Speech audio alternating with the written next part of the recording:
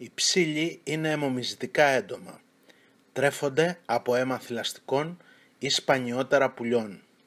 Αποτελούν ένα μεγάλο πρόβλημα όσων εκτρέφουν ζώα, έχουν κατοικίδιο ή προσελκύουν στο χώρο τους αδέσποτα. Το τσίμπημα του ψήλου προκαλεί έντονη φαγούρα. Το σπυρί έχει κακάδι στη μέση και έχει σαφή όρια σε σχέση με σπηριά άλλων εντόμων. Οι ψήλοι ανήκουν στην τάξη Σιφωνάπτερα. Το αντιπροσωπευτικότερο είδος, ο ψήλος του ανθρώπου ή ερεθιστικός ψήλος και άλλα γνωστά είδη ανήκουν στην οικογένεια Πουλισίντε. Άλλα είδη είναι ο ψήλος της γάτας, ο ψήλος του σκύλου, ο ψήλος του αρουραίου της Ανατολής και άλλα.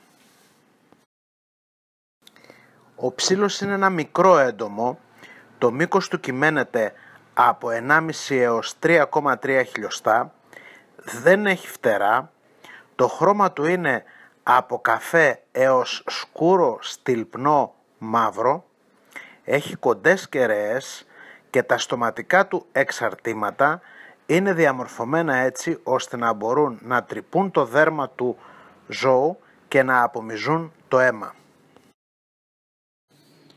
Τα πόδια τους είναι μακριά και ισχυρά, ώστε το άπτερο έντομο να μπορεί να εκτελεί μεγάλα άλματα. Τα πίσω είναι μεγαλύτερα από τα εμπρός και το σώμα παρουσιάζει μια κλίση προς τα μπροστά. Τα άλματά τους είναι περίπου 200 φορές μεγαλύτερα από το μήκος του σώματός τους. Θεωρούνται οι καλύτεροι άλτες μεταξύ των γνωστών ζώων σε σύγκριση με το μέγεθος του σώματός τους.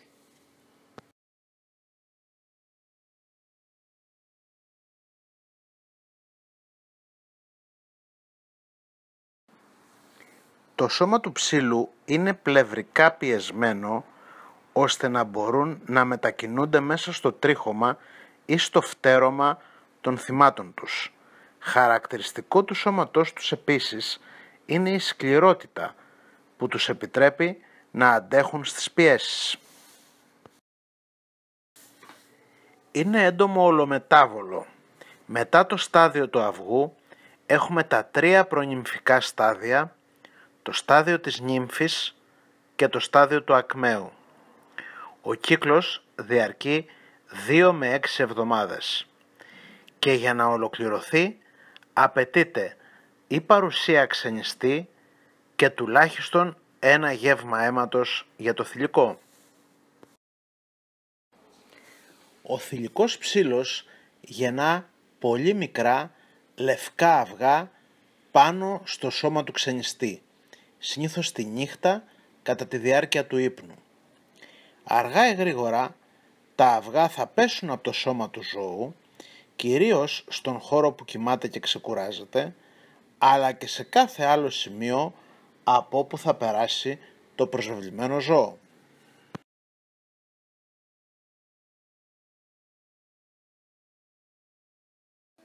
Οι προνύμφες των ψήλων τρέφονται με οργανικές ύλες, μεταξύ των οποίων και περιτώματα των ώριμων ψήλων, τα οποία περιέχουν αίμα. Οι προνύμφες λοιπόν βρίσκονται πάνω στο σώμα του ζώου ή στο πάτωμα και δεν τσιμπούν τον άνθρωπο ή το ζώο. Μετά την ολοκλήρωση των προνυμφικών σταδίων έχουμε το στάδιο της νύμφης. Το αν και πότε θα ολοκληρωθεί η ενηλικίωση εξαρτάται σε μεγάλο βαθμό από την παρουσία ξενιστή.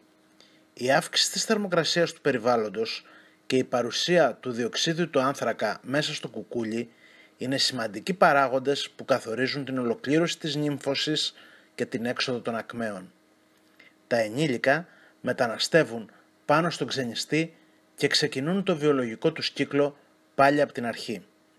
Το γεγονός αυτό δικαιολογεί την προσβολή ενός ζώου από ψήλους σε χώρους που πολύ παλιότερα ήταν μολυσμένοι.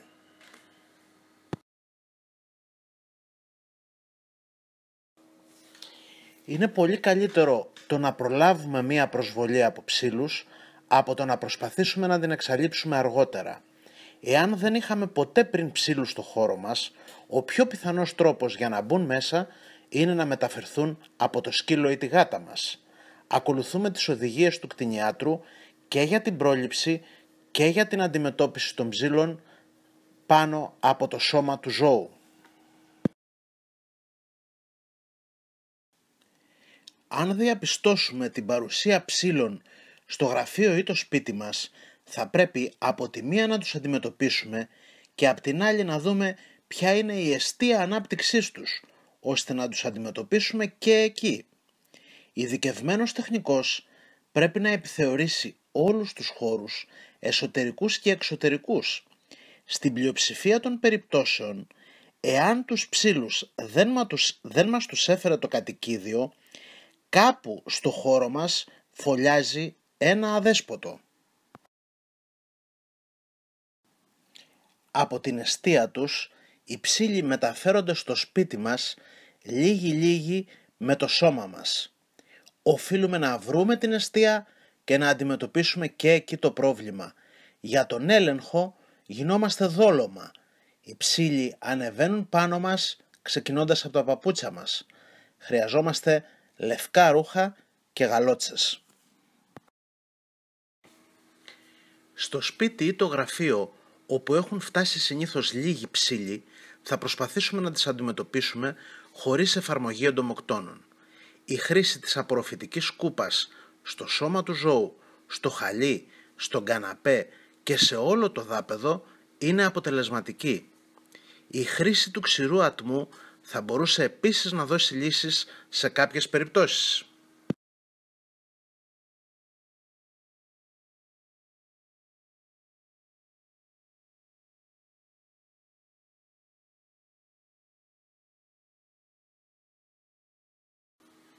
Η χρήση επαγγελματικής ηλεκτρικής απορροφητικής σκούπας δίνει πολύ καλύτερα αποτελέσματα.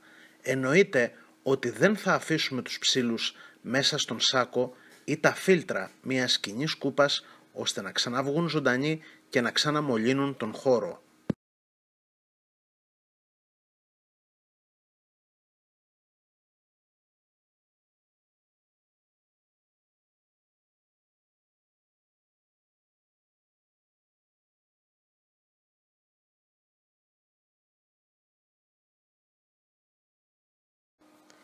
Στην εστία ανάπτυξης των ψήλων συνήθως υπάρχει τεράστιος πληθυσμός. Αφού απομακρυνθεί το ζώο, θα γίνει εφαρμογή εντομοκτώνου για την εξόντωση των ακμαίων. Μαζί με το εντομοκτώνο θα εφαρμοστεί και προνυμφοκτώνο σκεύασμα για την καταπολέμηση των προνυμφών. Μετά από μία εβδομάδα περίπου απαιτείται έλεγχος και ενδεχομένως δεύτερη εφαρμογή εντομοκτώνου. Ο ψεκασμός για την καταπολέμηση των ψήλων γίνεται σε όλο το δάπεδο. Τα συνεργεία της Green Health έχουν μεγάλη εμπειρία στην αντιμετώπιση των ψήλων. Μπορείτε να έρθετε σε επικοινωνία μαζί μας, να δούμε την περίπτωσή σας και να σας προτείνουμε την συμφερότερη για σας λύση.